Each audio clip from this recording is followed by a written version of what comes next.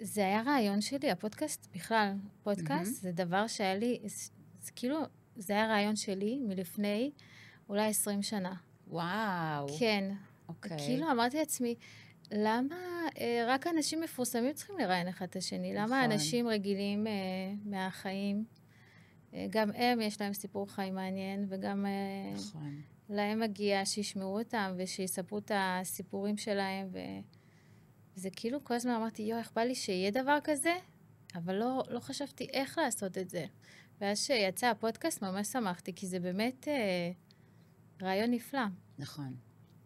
זה כי באמת לכל אחד יש את הזדמנות הסיפור. להראות השתקפויות שונות של החיים, שהן לא כן. מפולטרות גם.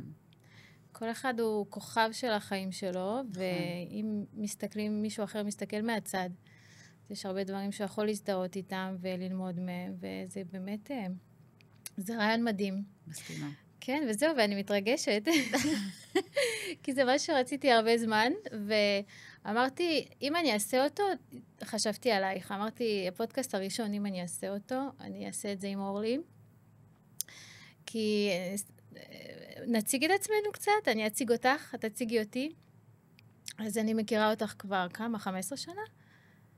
משהו יותר. כזה. יותר אפילו, איך הזמן טס. לדעתי יותר. כן. אז אני מכירה אותך הרבה זמן. התחלנו את ההיכרות בזה שהיית מנהלת מחלקה שבה עבדתי, חברת תעופה, חברת נסיעות גדולה. היית מנהלת שמאוד מאוד, בהתחלה פחדתי ממנה, כי אף פעם לא פגשתי דמות שיודעת מה היא אומרת, ויודעת מה היא רוצה, אסרטיבית. אף פעם לא פגשתי דמות באמת אסרטיבית בחוץ, כי כולם היו כזה, לא יודעת, בבית נגיד, רכים, נחמדים, ופתאום אני יוצאת, זאת הייתה העבודה הראשונה או שנייה שלי בחיים, הייתי בת 21, משהו כזה. נכון. ופתאום פגשתי אישה אסרטיבית כזאת, וקצת פחדתי, ואז למדתי להעריך אותך. אז ככה, שלא תסמיקי. זה יפה שאת אומרת אסרטיבית ולא אגרסיבית, כי לשם כיוונתי. כן, אז למדתי בקטע הזה ממך המון, אני אמנם, יש לו עוד הרבה מה ללמוד. אני חושבת שבן אדם בכלל צריך להודות בזה תמיד, שתמיד יש לו הרבה עוד מה ללמוד. הוא אף פעם לא מגיע אין דבר כזה. צניעות אינטלקטואלית. כן. יש הרבה דברים שאני למדתי ממך, מהיום שנפגשנו, זאת אומרת, זה היה כבר ממש בהתחלה. כן. שלמדתי ולקחתי ממך. כיף לדעת. אחד מהם זה את היכולת, כאילו, שנייה, לחיות בתוך רגע שהוא לא מהיר, שהוא slow motion. כאילו, פשוט להיות בו עכשיו. וגם הייתי השתקפות של כל מיני דברים שהרגשתי שאיבדתי בדרך, כמו למשל תמימות. כשהכרתי אותך, את היית מאוד צעירה, ואני כבר עשיתי איזושהי דרך והתחספסתי. ולאורך השנים, את שמרת על מידה מסוימת של תמימות, של יחס כאילו סקרן ומופתע לעולם, ולאנשים שנמצאים בתוכו עד היום. וזה משהו שמאוד מאוד אהבתי לראות. אחד, כזה הזכיר לי את עצמי בשלבים יותר מוקדמים, ושתיים, יש בזה משהו מאוד מאוד רענן. זה הזכיר לי להיות, כאילו, להישאר מחוברת לזה. גם כשהחיים הולכים ונהיים מורכבים יותר. כן, כן. אז זה היה הדדי, גם אני לקחתי ממך. סליחה. כיף לדעת, כיף לדעת. אני עד היום, למרות שעברתי הרבה דברים בחיים, עד היום, נגיד, אם אני חושבת שאני יודעת הרבה על משהו מסוים, ואני מדברת עם בן אדם, תספר לי מה אתה חושב על זה, כאילו, בוא תספר לי מה הדעה שלך, אני כאילו אוהבת להקשיב, וכן. אז נחזור אלייך רגע. אז היית מנהלת במחלקה שעבדתי בה, ואז עם השנים עברת להיות קואוצ'רית. נכון. לא סתם הפכת להיות קואוצ'רית, כי היית קואוצ'רית לא רשמית של כולנו במחלקה. נכון. וקואוצ'רית עסקית ואישית ויועצת זוגית, ואני מכירה אישית אנשים שהמלצתי עלייך ובאו אלייך והצלת אותם. אז, והיום מפיקת אירועים לחברות, עסקים, ומנהלת חמ"ל לא קטן. נכון. אז זה ככה קצת עלייך. אני רוצה לדבר על הגבולות. זה משהו אני חושבת שאני...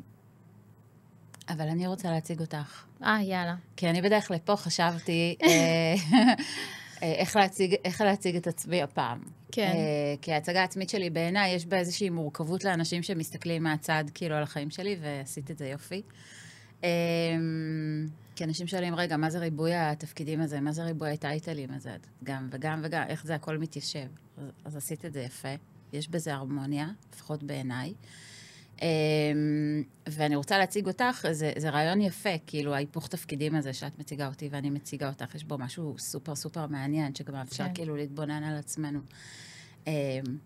אז כמו שאמרת, אני הייתי המנהלת שלך, או ככה לפחות בהיררכיה של התפקידים, התחלנו את הדרך המשותפת שלנו, אבל למעשה מהרגע שאת הגעת לתוך המחלקה שלי, או מהיום הראשון שבו ראיינתי אותך, ראיתי בך איזשהו משהו מאוד מאוד מיוחד. זאת אומרת, אני חושבת שהדבר הראשון שהבחנתי בו, זה דווקא כן יכולות ניהוליות מאוד מאוד גבוהות, אף על פי שאת בזמנו ממש היית רחוקה מזה, גם לא ציפית לזה, גם לא בנית על זה. נכון, נכון. באת להיות עובדת מן המניין במחלקה, ואני כשפגשתי אותך בפעם הראשונה, כבר ראיתי את העתודה הניהולית של המחלקה, ואמרתי, אוקיי, היא מסומנת להיות על המסלול הזה, אני אכשיר אותה, אני אבטיח שיהיה לה את הידע, את הכלים, את הרמה המקצועית, וברגע שהיא תרכוש את הכלים, אז היא הולכת להיות מהראשונים שיקבלו תפקידים ניהוליים בתוך המחלקה שבניתי. זה היה לי מאוד מאוד ברור שאת בנויה לזה, קודם כל כי היו בחוצמות פנימיות שפשוט אי אפשר היה... אני לא יכלתי להתעלם מהם. שוב, את בזמנו היית פחות בקשר עם זה, פחות מודעת לזה, אבל זה פשוט היה שם. יש דברים שהם תמונים בנו כבני אדם, שאנחנו מקודדים אליהם. כן. והם פשוט נמצאים שם עוד לפני שאנחנו מבחינים בזה, עוד לפני שאנחנו יודעים להשתמש בזה ככלי, עוד לפני שאנחנו יודעים לנצל את המשאב הזה, נקרא לזה שם, אבל זה היה לגמרי, ולגמרי, לגמרי ראיתי את זה. ואז באמת, באופן טבעי, את בלטת מאוד גם ביכולות המקצועיות שלך, וגם ביכולות שלך להשפיע על הסביבה שלך, לעורר השראה בסביבה שלך, להניע אנשים בסביבה שלך, לגרום לאנשים בסביבה שלך לפעמים לצאת ממקומות שתוקעים אותם ולא מאפשרים להם להתקדם, ולייצר במקום הזה תנועה, וגם במקום של לדעת לקחת אחריות, בין אם זה בשם עצמך, ובין אם זה עבור מישהו אחר שכרגע לא מסוגל לקחת את האחריות הזאת. ואלה ממש תכונות מנהיגותיות, וברגע שהתחלתי לראות אותן בשטח באות לידי ביטוי, וככל שעבר הזמן את באמת נתת חופש ודרור ליותר ויותר תכונות כאלה, בוא נאמר בכנות, כאילו, המציאות הייתה כזאת שהיא גם לא ממש השאירה לנו ברירה, זאת אומרת, היינו צריכים לתפקד בתוך סיטואציות שהיו מאוד מיידיות, ומישהו היה צריך לענות לסיטואציה הזאת, אז היו את האנשים שבאמת נענו לזה, אבל בחוסר רצון ועם חוסר יכולת, והתוצאות היו בהתאם, והיו את האנשים שדווקא הסיטואציות האלה אימתו אותם עם מה שהם יכולים להוציא מעצמם, ואז שם כאילו ממש ראיתי את זה נפתח, ואז באמת ניהלת ביד... מלאת השראה ויכולות ורמה את המחלקה. וכשאני, ובאמת, והיית מושא להערכה של, באמת, של כל האנשים במחלקה, של כל עשרות האנשים במחלקה הזאת. וכשאני עזבתי, אז את כמובן באופן טבעי המשכת, ואפילו קודמת, שזה היה הדבר הכי טבעי. נכון. ואחר כך המשכת גם לעולמות תוכן אחרים, ועבדת בחברת הייטק, והתקרבת יותר לעולם הניהול של משאבי אנוש, שזה משהו ששוב, סופר סופר מתאים לך ומביא לידי ביטוי את היכולות שלך. עד לרמה של ממש לצאת לעצמאות ולפתח אפליקציה ולהביא כל מיני יוזמות בתחום הזה, שאני אומרת לך בכנות, אני לפעמים יושבת מהצד, ואת עושה את זה בכל מיני נקודות בחיים שהן נקודות מאוד לא פשוטות. ילדים קטנים, מורות, את יודעת, מחויבויות שרק הולכות וגדלות, היצירתיות שלך לא נפגעת, היכולת שלך לחשוב על דברים, להעלות רעיונות, להיות באמת כאילו מהים שופע של ידע ומחשבות שמצליבות נתונים ובודקות התכנויות, זה משהו שהוא מעורר השראה בעיניי, ואני באמת מאוד שמחה להיות כאן ולהיות חלק מהחוויה הזאת שלך, וגם לדבר עלייך, כי את באמת בן אדם מעורר השראה ביכולת שלך. כן. 1, להתמודד עם אתגרים, 2, להשפיע על אנשים, ואני חושבת שזאת באמת, עם כל הרקורד המאוד מאוד מרשים שלך, זה ממש... וואו, תודה. התחלה. תודה, תודה. דרך אגב, כשדיברת על זה שעבדנו ביחד איך שראית אותי כמנהלת, אז את הראשונה נראה לי בחיי שבאה אליי ואמרה לי, תקשיבי, את ככה ואת כזאת ואת ככה ואת ככה. ואמרתי, מי זאת? בחיים אף אחד לא בא אליי, כאילו, בדרך כלל זה, יאללה, בואי תעבדי, א', ב', ג', זה מה שצריך לעשות, ובואי נתקדם, בואי נגיע לתוצאות. ואת רגע עצרת ואמרת, אתי, את כזאת וכזאת וכזאת, שתדעי לך, כאילו, את איפשהו ראית שאני מפספסת את עצמי בהתחלה, והיה לך חשוב לשים את הדברים על השולחן שאני אראה את זה. וזה משהו שאני מאוד מאוד מעריכה, כי אני ממש פגשתי אנשים בודדים גם אחרייך שעשו את זה ועושים את זה, שאני ראיתי שעושים את זה לאחרים, וזה מדהים.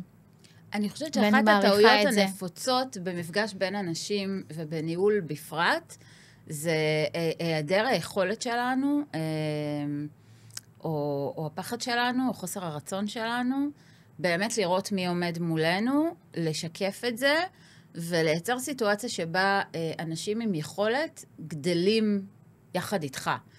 כשאתה מבין שאתה צריך שאנשים יצמחו בסביבה שלך, באדמה שאתה מונח, כן. אתה צריך שאנשים יצמחו בסביבה הזאת כדי שאתה תצמח, כי זה הופך את האדמה לפוריה יותר, ולמאתגרת יותר, ולמעניינת יותר, מתחדשת. כן.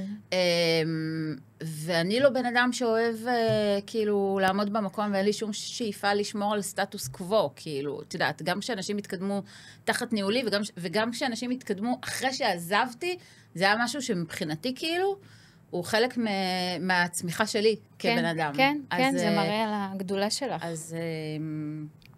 וגם את עשית את זה אחר כך, כן, כשאת ניהלת. נכון. עשית את זה בדיוק אותו דבר. אז יש בזה משהו כאילו שגם עובר הלאה. נכון. יש נושא מאוד מאוד ככה, שלא כזה מדברים עליו, אבל אני חושבת שזה נושא שמאוד מאוד משפיע על החיים שלנו, וזה גבולות. וזה מה שאני רוצה לדבר עליו, כי גם למדתי ממך, מה זה גבולות? שעד היום, אגב, זה משהו שהוא, אני חושבת שזה השיעור שלי, זאת אומרת, כל פעם אני לומדת את זה מחדש על עצמי, כי כל פעם את פוגשת דמות אחרת מסיטואציה אחרת. כן. כאילו, אם חשבת שאת כבר יודעת לשים גבולות, אז פתאום את פוגשת את הגננת של הילד, שפתאום, את לא יודעת, פעם ראשונה, אז את, כן, כן, כן, ומה שתגידי, אני אעשה עם הילד, ופתאום אמרת לי, לא, כאילו, תקשיבי קודם לבן שלך. הבן שלך, כאילו, זה דברים כל פעם את פוגשת סיטואציות אחרות, ואת לומדת לשים גבולות. נכון. כל פעם לומדת את זה מחדש. נכון. כל פעם מגדילה את אז אני חושבת כמו שאמרתי, למדתי ממך מה זה לשים גבולות גם אפילו בלי לדבר עליהם. זאת אומרת, באיך שאת מגיבה לדברים, באיך שאת מתנהגת, אני פתאום וואו, כאילו היא באמת יודעת לשמור על עצמה. וגם עם כל זה, לכבד ולהעריך, וכן להיות שם כשצריך. אז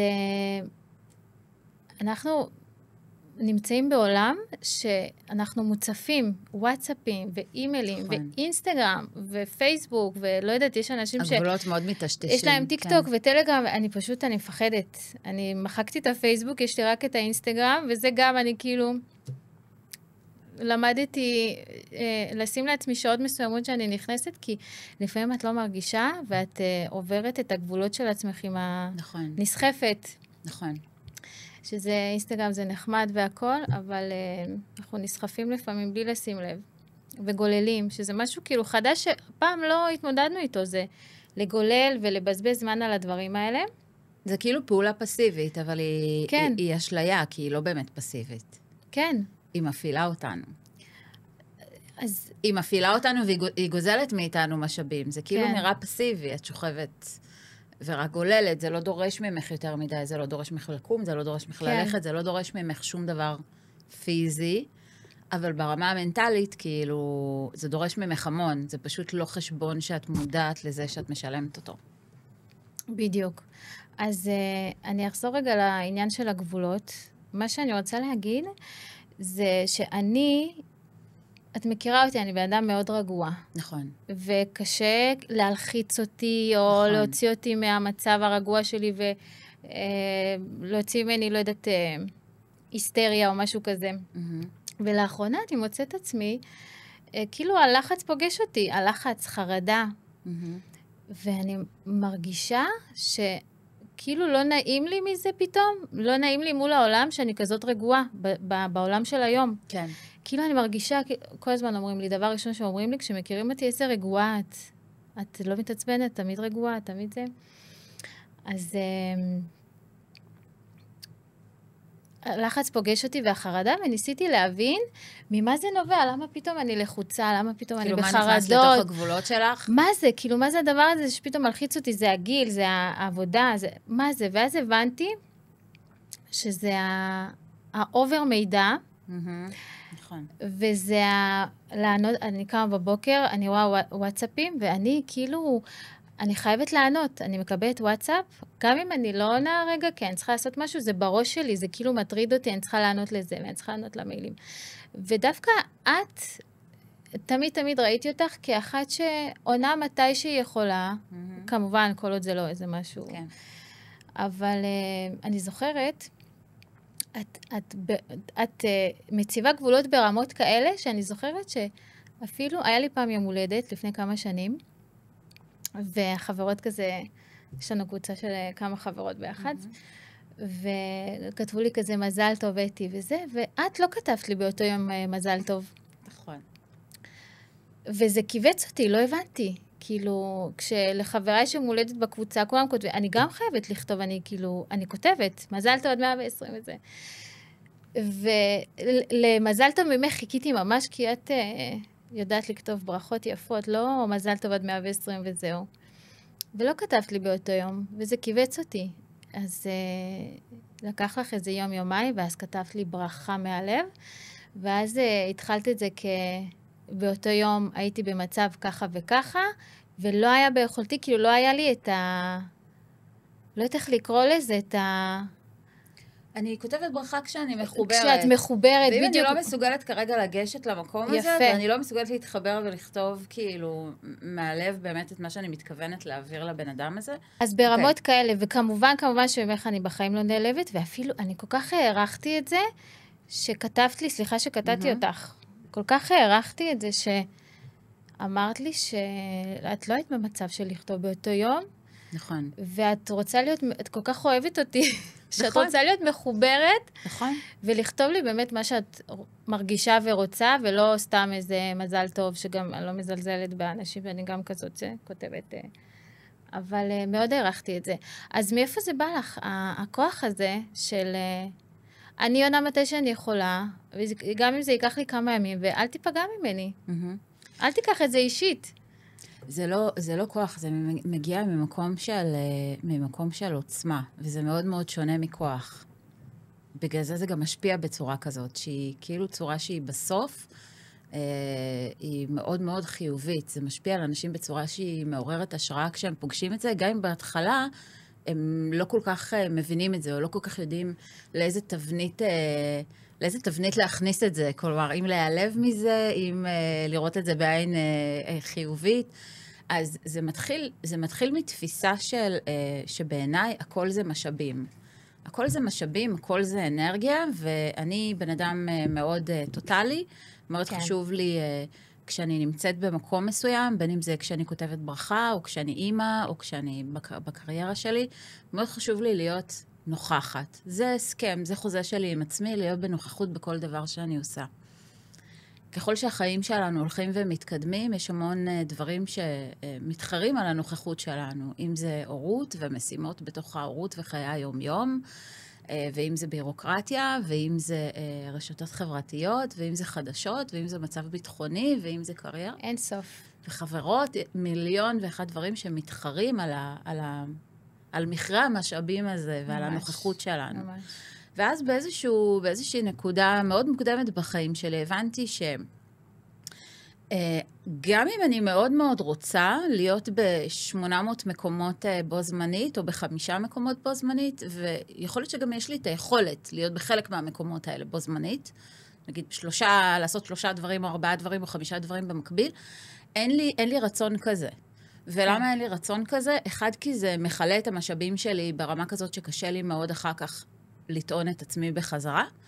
ו2, כי מתמטית, זה עדיין, זה שביצעתי 4 פעולות במקביל, לא אומר בהכרח אומר שהפעולות האלה לא בוצעו 100% כולן. ואני רוצה להיות יותר בטווח שלה, 70, 80, 100% נוכחות, ופחות בטווח של לסמן וי, הנה ביצעתי משימה, אוקיי? כן. אז כשאני ניגשת לכתוב, כמו במקרה שתיארת, ברכת יום הולדת לחברה שלי, אני רוצה להיות 100% במקום הזה, אני רוצה להתכוונן עליה, אני רוצה לחשוב עליה, אני רוצה שדעתי לא תהיה מוסחת, ואני רוצה שהיא תקבל את מלוא הכוונות שלי, את מלוא האהבה שלי בברכה הזאת.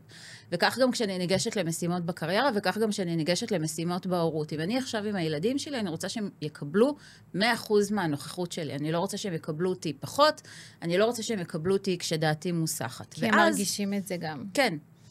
וזה אומר שאת צריכה לברור, ולפעמים את צריכה לדחות כל מיני מעורבויות או משימות שמדבקות לך על הדלת עכשיו. אני חייבת להגיד לפעמים זה פוגש אנשים לא טוב. לפעמים זה פוגש אנשים במקום של דחייה, במקום שלא אכפת לך מהם, אבל אני למדתי עם הזמן, שלאכול את הצפרדע בקשר לזה, זאת אומרת, כן להסביר, להנגיש את זה. להגיד, לא כתבתי לך כי לא הייתי במקום הזה של להיות 100% בכתיבה של הברכה הזאת, ואני רוצה להתכוונן לזה, אז הנה עכשיו אני כותבת לך, לאכול את הצפרדע זה אומר להתמודד עם הדבר הלא נעים שבתוך הסיטואציה הזאת, ולשקף אותו לצד השני. עכשיו, אם הצד השני מקבל את זה, וזה נעים לו, ועכשיו הוא, את יודעת, כמו במקרה שלך, מעריך את זה אפילו יותר, מהמם.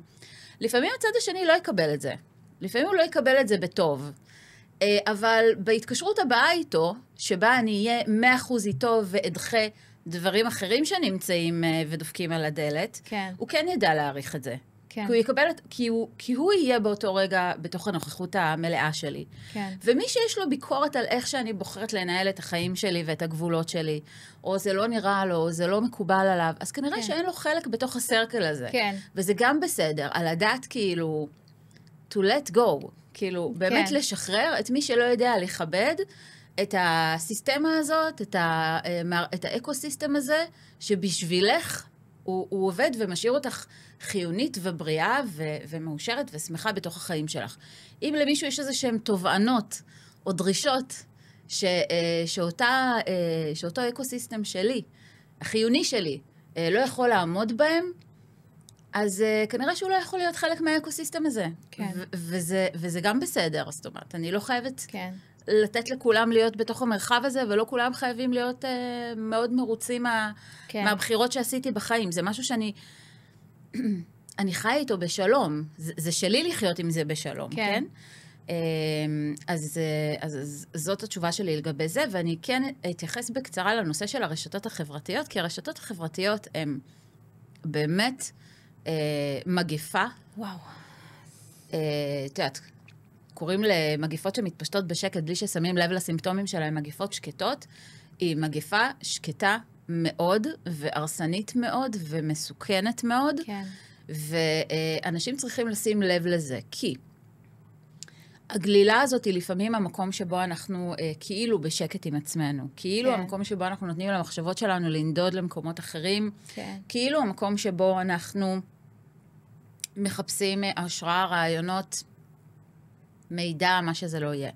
אבל האמת היא שחלק מאוד מאוד גדול מהתכנים שהרשת מציפה אותנו בהם. מצד אחד זה דבר נהדר, שכל אחד יכול לפתוח מיקרופון ולדבר, כל אחד יכול לפתוח מצלמה ולדבר, ואנחנו נחשפים באמת להמון המון זוויות, להמון המון דעות ומחשבות על הקיום שלנו, על היום-יום שלנו, לחיוב ולשלילה, אוקיי? אבל בתוך ההר הזה של מידע, לא שהוא שונה בהרבה מהתקשורת שלנו היום, כן? כן. יש כמויות אטומיות של ג'אנק, של זבל, באמת. והכמויות האטומיות האלה של הזבל, זה משהו שכמו שתיארנו עד עכשיו ודיברנו על גבולות, זה משהו שאנחנו צריכים להתייחס אליו כגזלן משאבים שלנו, ולהתחיל למנן אותו. העניין הוא שהרשתות החברתיות באות אלינו, נכנסות לחיים שלנו, לכל מקום, למיטה, למקלחת, לשירות, לכל מקום. בלי המודעות שלנו, לצורך שלנו לשלוט בזה. כן. למנן את זה. אז כשאני ניגשת לרשתות החברתיות, קודם כל, גם הרשתות החברתיות מבחינתי, זה עוד משהו שמתדפק על הדלת, על הגבול שלי, לא תמיד הוא מקבל אישור כניסה מבחינתי, אוקיי? יש נקודות מאוד מאוד ספציפיות שבהן זה מקבל אישור כניסה, ויש מקומות שזה לא יקבל אישור כניסה, זאת אומרת שאני לא אכנס, לא משנה מה. כן. אוקיי?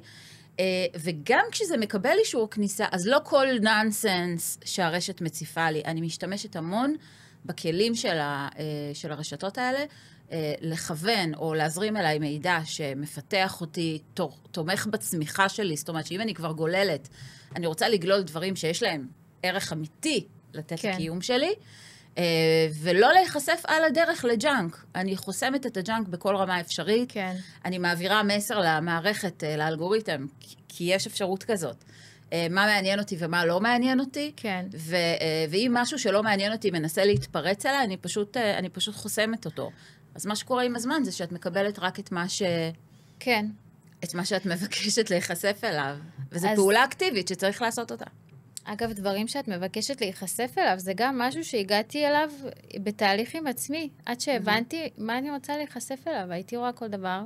כן. ואני רוצה, לפני שאני מתחילה להגיד את זה, אני רוצה להגיד שלגבי מה שאמרת, יש אנשים שבוחרים להיפגע מזה שהם לא מקבלים מענה מיידי, או לא מקבלים התייחסות. אני חושבת שאנחנו נמצאים כרגע בעולם כזה, שכל אלה שבוחרים להיפגע, הם פשוט... אז זה לא העולם בשבילו כרגע, לא יכול להסתדר, הכוונה.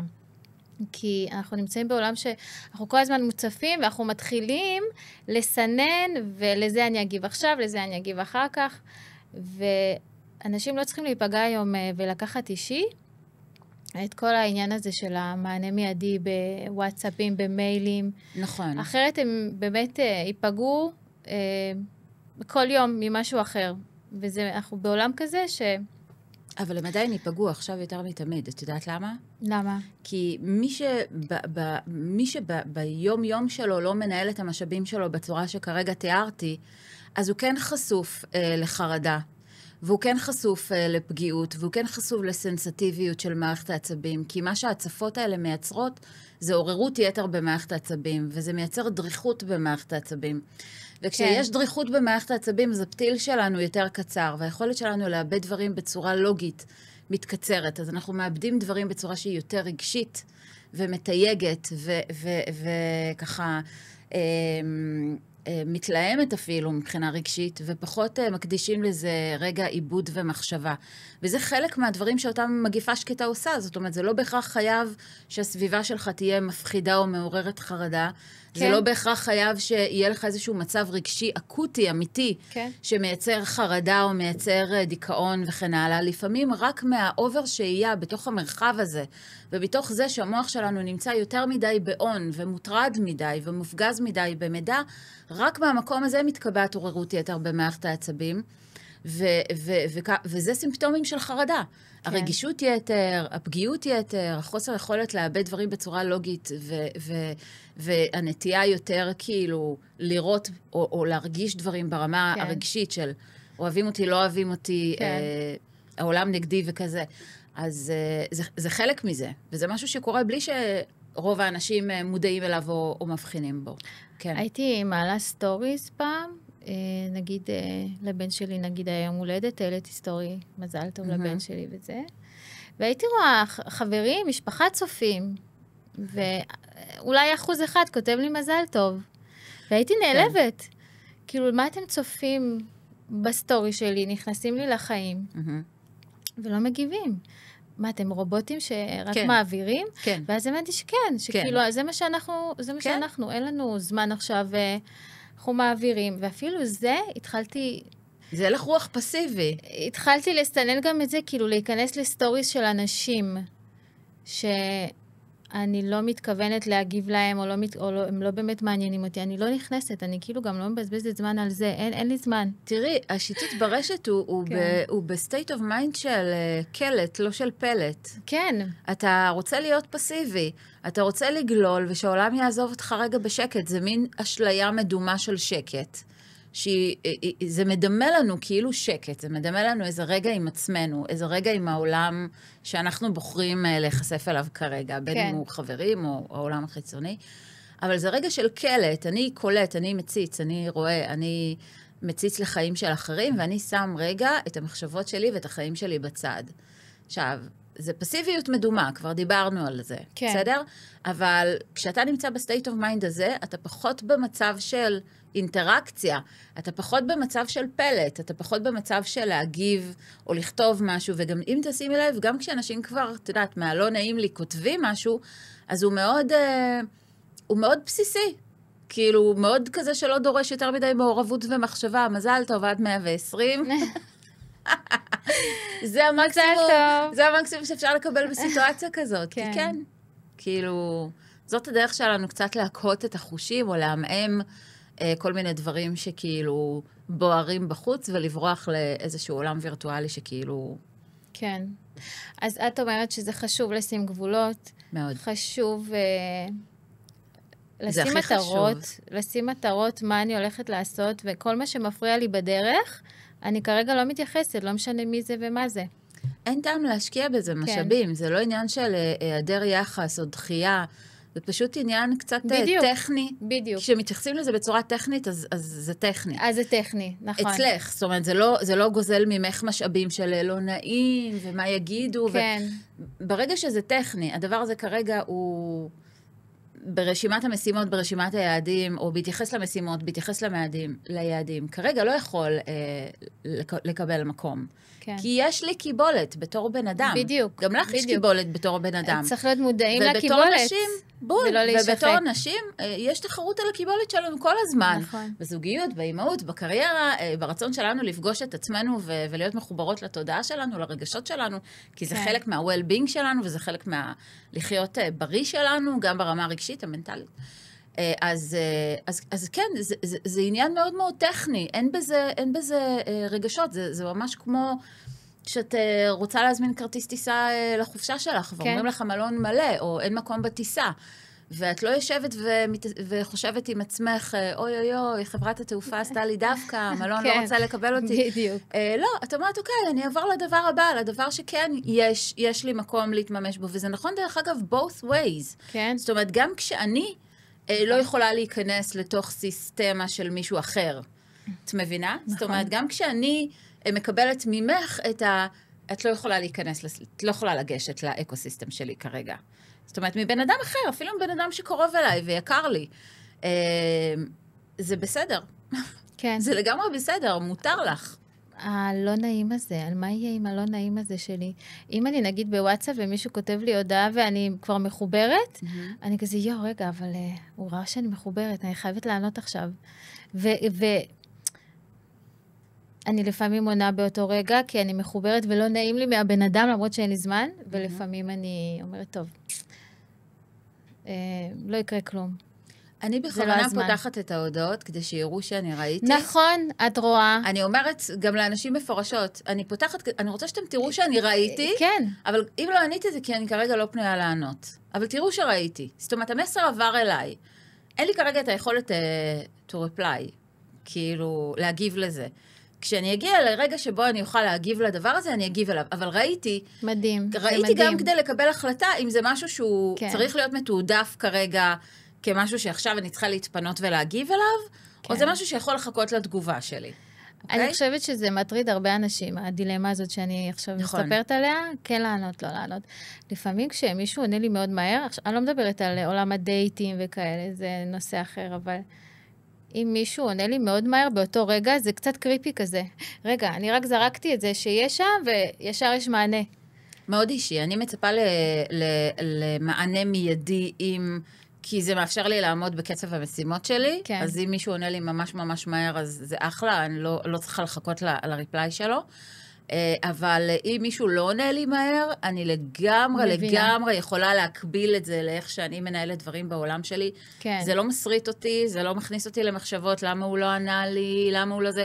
ממש לא שם, הוא יכול לחזור אליי גם אחרי שבועיים, כן. ואנחנו נמשיך מהמקום שעצרנו, וגם אם הוא יתנצל, סליחה שלא עניתי לך, אני אפילו לא אתן לו להמשיך, כי באמת שאין צורך להסביר. אין צורך להתנצל. אנחנו כולנו חיים בתוך האינטנסיביות הזאת, והמקום שבו אנחנו או מפספסים, זה גם קורה, בלי להתכוון, או מתעדפים, הוא מקום שהוא כורח מציאות, זה לא משהו שאפשר להילחם איתו. לפעמים אפילו כשאת מתנצלת שלא ענית, אז הבן אדם השני, יש לו קצת כוח עלייך, פתאום הוא מצפה ממך כל הזמן, אם עכשיו התנצלת, אז בפנייה הבאה שלי אני איפשהו, כאילו זה לא, זה איפשהו פה מאחורה, אני מצפה שתעני מיד, כי כבר התנצלת. לא, אני לא עונה מיד. אז כאילו, גם להתנצל הזה שלא ענית באותו רגע, גם זה לדעתי, צריך ללמוד גם לא לעשות, לא להתנצל. אני עונה מתי שאני יכולה.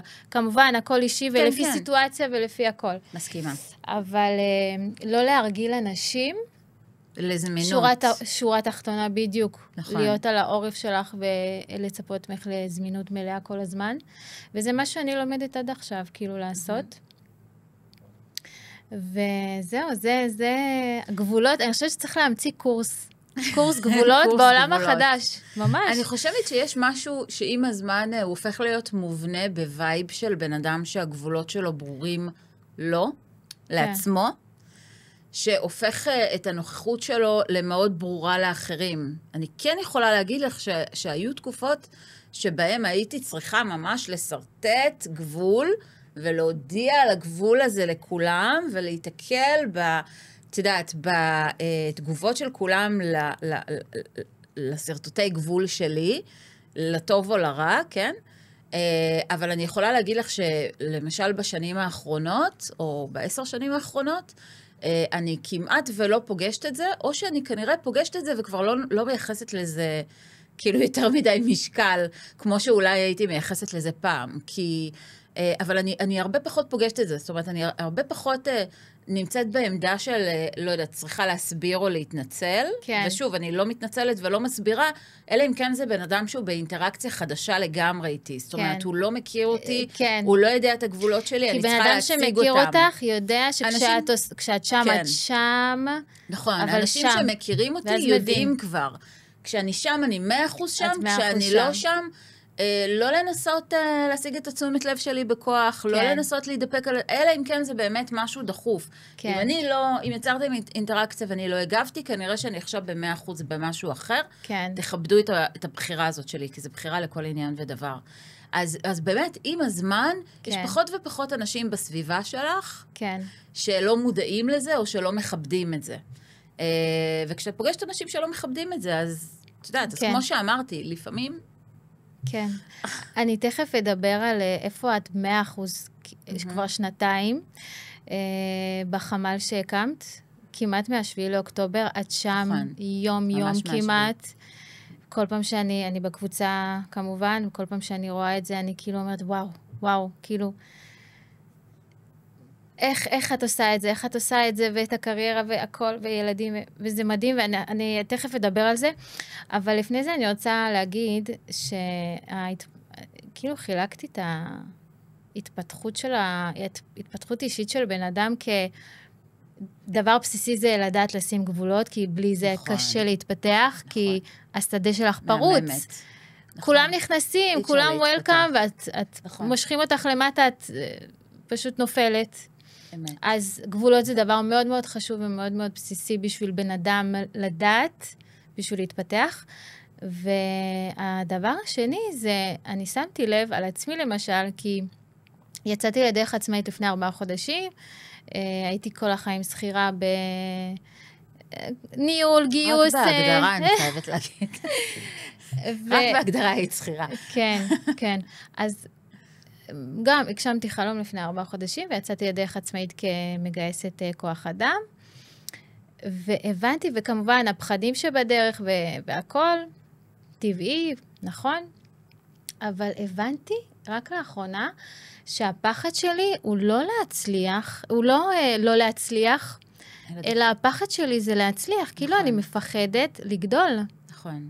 זה מפחיד אותי. זה כאילו, זה ידרוש ממני דברים שכרגע, יותר זמן ממה שכרגע, נכון. אולי לא יהיה לי את הזמן הזה שזה דורש ממני, והתשומת לב, אני כאילו לא אוהבת כל כך הרבה תשומת לב עליי, אז כאילו, תשומת לב וזמן, ופתאום יצפו ממני ליותר, לא יודעת, כאילו, לא יודעת מאיפה זה נובע, אני עדיין חוקרת את זה, אבל הבנתי שאני מפחדת לגדול. כן. זה פחד מאוד נפוץ ומאוד סמוי. כן, באמת? כן. כי הפחד שאני מכירה כל החיים זה מה אם אני לא אצליח. נכון. והבנתי שזה... אבל זה פחד שהוא מאוד מודע. כן. הפחד להצליח הוא פחד סמוי קצת, הוא פחד לא מודע. ולפעמים אנחנו משליכים את הפחד מהצלחה על הפחד מכישלון, כי הוא נמצא ממש בחזית של התודעה שלנו, מפחדים להיכשל. אבל הרבה פעמים כשהייתי יועצת לאנשים והיינו הולכים ועושים מחקר על מה שמניע אותם ומה שמעכב אותם, והיינו מדברים באמת על המקום של הפחד, או שהם היו מתרצים כל מיני תירוצים לפעולות שלהם או להיעדר הפעולות שלהם, והיינו הולכים וחוקרים כאילו מה נמצא בשורש של זה, אז הפחד מההצלחה היה נמצא שם. זה פחד מאוד מאוד נפוץ. כן, הוא פחד מאוד נפוץ, כי באיזשהו מקום, הצלחה היא לא משהו הוא לא משהו שהוא מובנה, הוא לא בדיפולט שלנו. ואף אחד לא לימד אותנו בשום מקום, מה קורה כשאתה מצליח, ואיך אתה מתמודד עם הצלחה. איך אתה בכלל מקבל הצלחה, עזבי מתמודד. איך אתה קולט את זה במערכת הרגשית שלך. איפה זה עובר. כי זה לא כמו לזכות בפרס או לזכות בלוטו, שאוי, זה עושה אותי נורא מאושרת, ואני יכולה לדמיין מה אני אקנה עם כל הכסף הזה. הצלחה יש לה עוד רבדים, יש לה עוד משמעויות. להצלחה יש גם מחירים. ואז כאילו מגיע מקום שאתה חושב כאילו, אוקיי, האם אני כאילו בכלל רוצה להיות במקום הזה באמת? הצלחה לפעמים כרוכה בחשיפה, לפעמים היא כרוכה במחירים אישיים, לפעמים היא כרוכה באיכות חיים, לפעמים היא כרוכה בלוותר על עצמך, או על מערכות יחסים, או על דינמיקה שיש לך כרגע עם הסביבה שלך. היא כרוכה בהמשכיות, מה הלאה? נכון, אתה צריך לתחזק אותה. האם אתה יכול לתחזק כל הזמן את מה הלאה? נכון, אתה מחויב לדבר הזה. אתה צריך לתחזק רמה מאוד מאוד גבוהה של הדבר הזה, כי אם כבר הצלחת במשהו, אז אתה לא יכול לחזור אחורה, זה מחייב אותך. אז זה מאוד מאוד טבעי. נתחיל מזה. וזה מאוד שחרר אותי. כן. שגיליתי את זה, כי נכון. אני יודעת במה כאילו להתעסק. איך אני מתמודדת עם זה? קטעתי אותך. לא, באמת. ואז השאלה כאילו, את יודעת, אחת השאלות זה, קודם כל, באמת, מה זה בכלל הצלחה בשבילך? כי בשבילי הצלחה, למשל, היא לא נמדדת בכסף, בהיקפי מחירות, במשרד היפה שאני אשב בו, בטייטל, את כל הדברים האלה. היו לי, יש לי, יהיו לי, יצרתי אותם בתוך המציאות שלי, אז זה קל היום להגיד את זה. בסדר? כן. כי בתחילת הדרך שלי זה כן מאוד עניין אותי, זאת אומרת, זאת הייתה ההגדרה שלי להצלחה. אם יהיה לי טייטל, אם יהיה לי כיסא ונעלים, אם יהיה לי משרד משל עצמי, ההגדרות להצלחה היו מאוד מאוד, מאוד מאוד פשוטות ובסיסיות. זאת אומרת, ביום שקיבלתי משרד משל עצמי, שאותו את בוודאי זוכרת, עם דלת שנסגרת יש דלת. ולא אופן ספייס או משהו כזה. כן. וביום שקיבלתי סט של באמת אחריויות, אבל גם סמכויות, וטייטל, אז זה מבחינתי כאילו היה באמת הצלחה.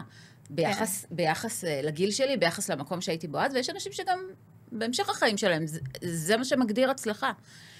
אם היית שואלת אותי, אם היית מבקשת ממני להציג את עצמי היום, אז הייתי אומרת לך בסדר, אני אנקוט בכל הטייטלים ובכל התפקידים ובכל המקומות שהייתי בהם, כן. אבל בעיני עצמי זה לא מה שמגדיר אותי, אלא הפוך. אני מגדירה את כל הדברים האלה.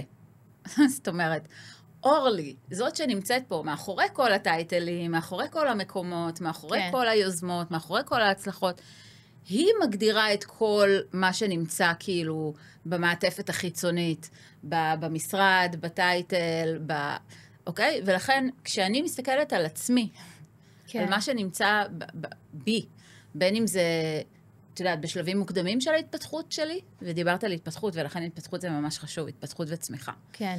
ובין אם זה בשלבים האמצעיים או המתקדמים של ההתפתחות שלי, הדבר הזה מגדיר אותי.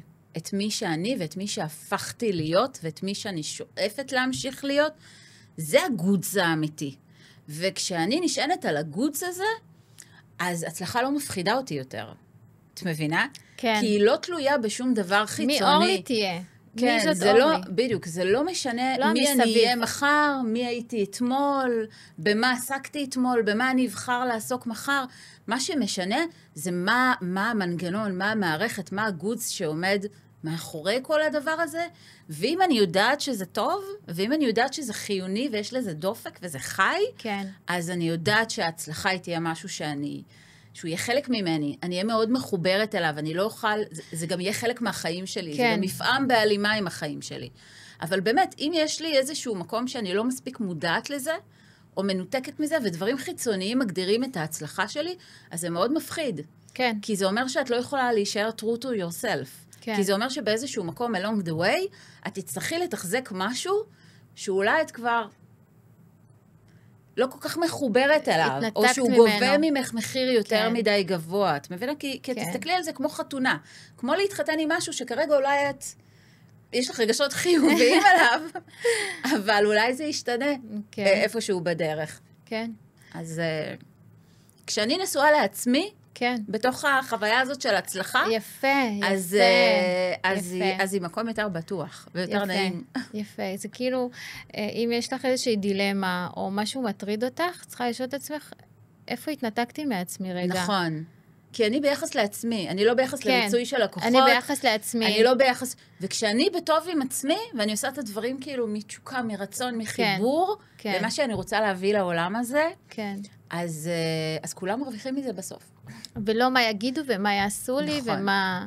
זה מיקוד שליטה פנימי. זה אני עם עצמי קודם כל. זה מיקוד שליטה פנימי.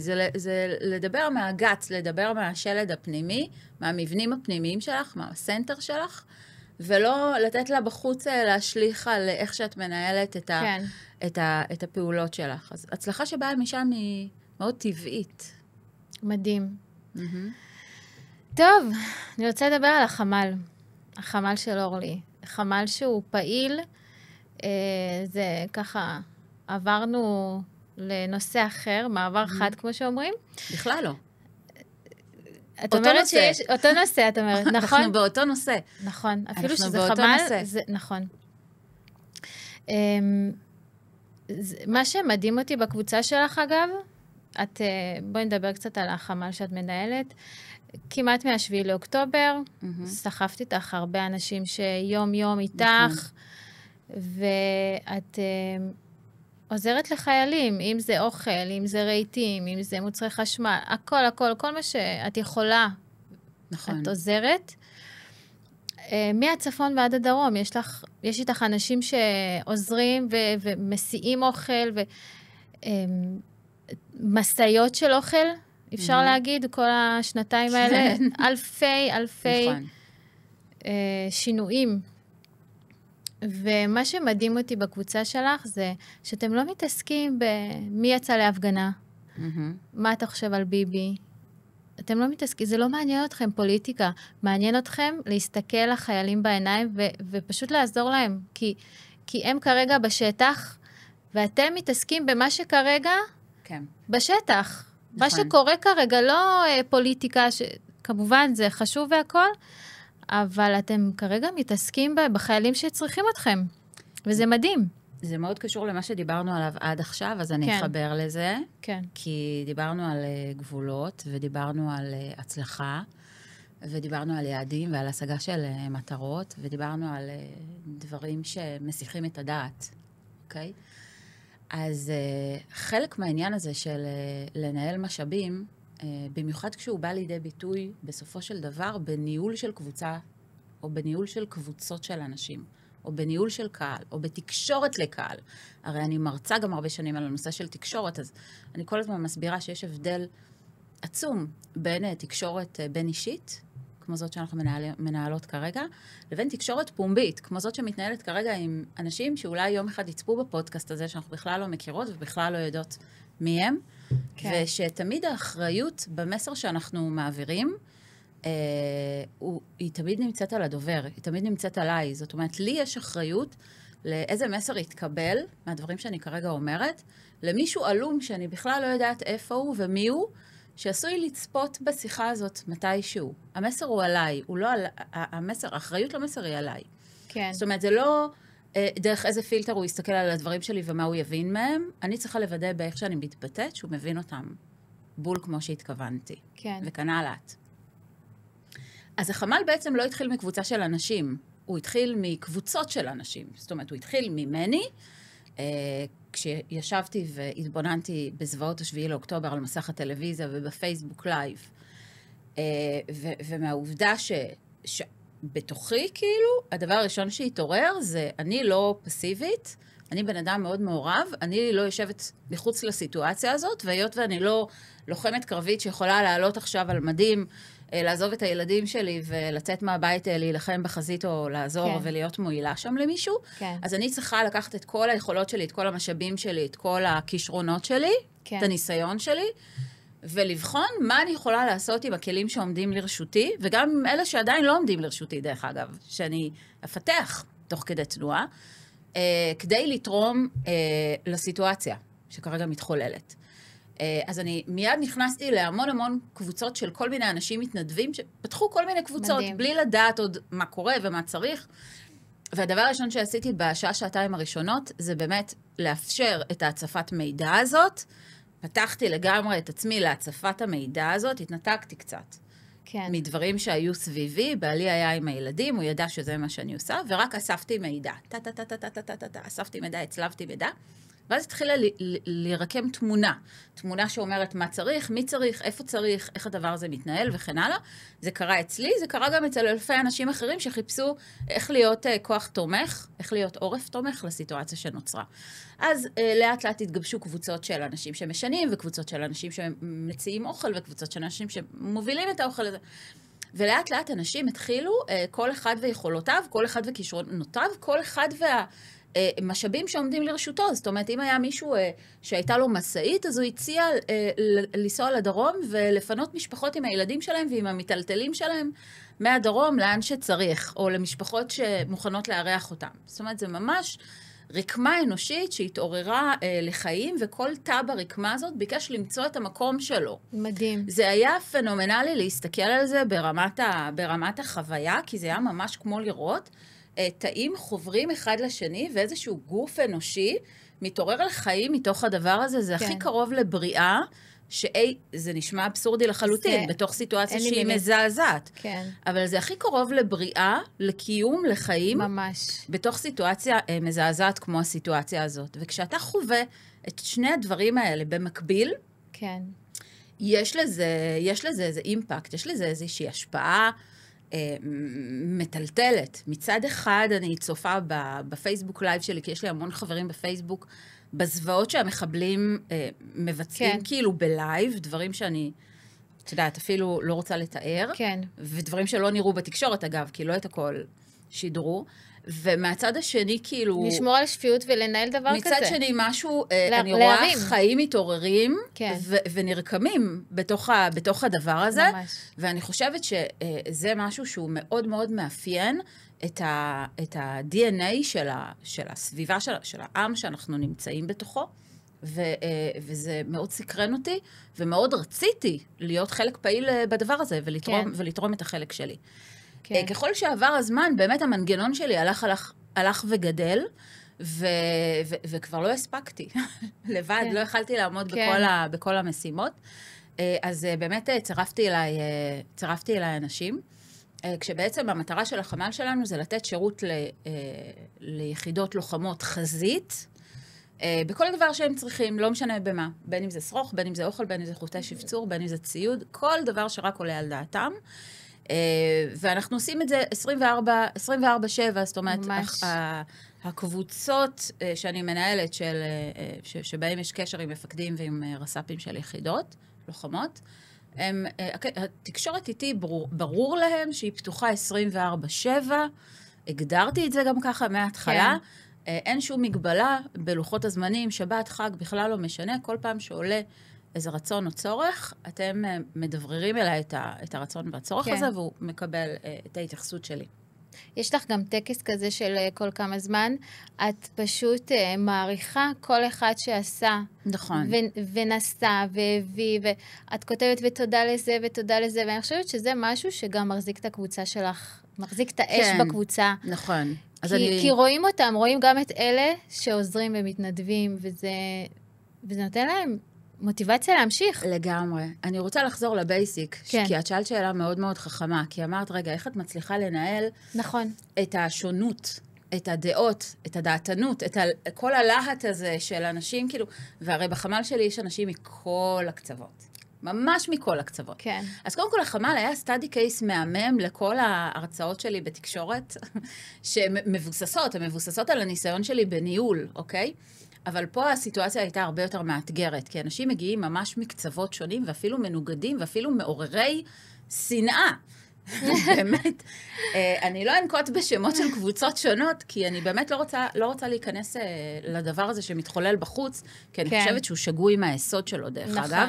הוא שגוי מהיסוד שלו, והוא טעות מנהיגותית, דרך אגב, של מנהיגים משני צידי הקשת, אבל הוא טעות פטלית מנהיגותית, הוא היעדר מנהיגות, הוא בדיוק האנטיתזה למנהיגות, אבל נשים את זה רגע בצד. בתוך החמ"ל שלי וגם בחיים, דיברת על משאבים, דיברת על גבולות וכן הלאה. אני יודעת שמה שבאמת מניע אותנו להשיג דברים בחיים שלנו, זה מטרות על. אך ורק מטרות על. מטרות קטנות יותר, שהן טקטיות יותר, נקרא לזה ככה, ופחות אסטרטגיות. הן כאלה שהן חשובות ברמה היומיומית, כדי לדעת מה המשימות שלי היום, באיזה צעדים אני צריכה לנקוט כדי להגיע לאותה מטרת על. אבל מטרת העל היא הדבר הכי הכי משמעותי. ופה אני רוצה לספר סיפור קצר, איפה אני בכלל למדתי מה זה מטרת על. כן. ממש בשתי מילים. אני לא מאמינה שנשאר לנו 3 דקות. לא נכון. כן, איך הזמן טס? אז הנה, את בול אוקיי. בשיעור הנהיגה הראשון שלי, אני הגעתי לשיעורי נהיגה, ילדה ככה, מאוד צעירה, אבל מפוצצת בביטחון. זה? לא. הגעתי לשיעור נהיגה הראשון שלי מפוצצת בביטחון. היה לי ברור שאני עולה על הרכב, ואני יודעת לנהוג, פשוט. כאילו, זה היה בנוי אצלי שאני יודעת לנהוג. וכשעליתי ואחזתי בהגה, והיינו בכביש ישר כמו סרגל, התחלתי לנהוג, והאוטו זגזג לי, כאילו, לא הצלחתי לנהוג ישר. ואז המורה לנהיגה עצר אותי, משהו שהכניס אותי מאוד, כי אני שונאת שעוצרים אותי באמצע תנועה. והוא אמר לי, תקשיבי, אמרתי לו, למה הרכב נוסע בזיגזגים? משהו לא בסדר עם הרכב, עם ההגה, עם ה... אז הוא אמר לי, כשאת נוסעת, לאן את מסתכלת? אז אמרתי לו, לפה, כי אני הסתכלתי... קרוב למכסה המנוע. כן. והוא אמר לי, עכשיו אני אגיד לך משהו שתקחי אותו לכל החיים. כשאת רוצה להגיע לאנשהו, אז תסתכלי לאן את רוצה להגיע. לאן את רוצה להגיע? אז אמרתי לו, לשם. אז הוא אמר לי, אוקיי, אז עכשיו תנהגי ותסתכלי לשם. וכשנהגתי והסתכלתי לשם, הכל הסתדר בהתאם, והנהיגה שלי הייתה מושלמת כמו שדמיינתי אותה, וזה לימד אותי לחיים. גם בגלישה זה ככה, אגב. בדיוק. צריכה להסתכל כשאתה מסתכל, כשאתה אחרת קצר אתה רוי, נופל. אם אתה מסתכל לבטה, אתה נופל. בול. אתה מסתכל על הכאן ועכשיו, על הדברים הקטנים שבכאן ועכשיו, אתה לא מסוגל להגיע לשום מקום רחוק ושאפתני, ולשום מקום ששווה להגיע אליו.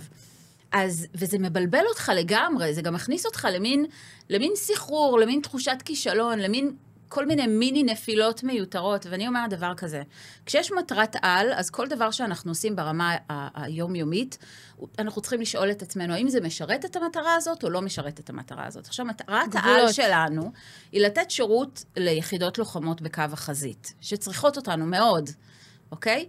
שיח פוליטי משרת אותנו ביחס למטרה הזאת, או לא משרת אותנו? בדיוק. הוא לא משרת אותנו. להביע דעות על שלל גווני הקשת, משרת אותנו ביחס למטרה הזאת, או לא משרת אותנו? לא משרת אותנו. עכשיו, כשאנחנו מדברים על המטרה הזאת, הפרקטית, צריך להצמיד לה גם מטרה שהיא ערכית. והמטרה הערכית שאנחנו הצמדנו לזה, זה אהבת ישראל מעל הכל. נכון. זאת המטרה הערכית. זאת אומרת, רק בשביל לקחת חלק בפעילות של החמ"ל הזה, מעבר לחיבור ללוחמים, אתה צריך להיות מחובר למטרה הערכית הזאת, לא משנה מאיזה צד פוליטי באת. נכון. אתה מחובר למטרה הערכית הזאת או לא? אם המטרה הערכית הזאת מעוררת בך התנגדות, אין לך מה לחפש פה.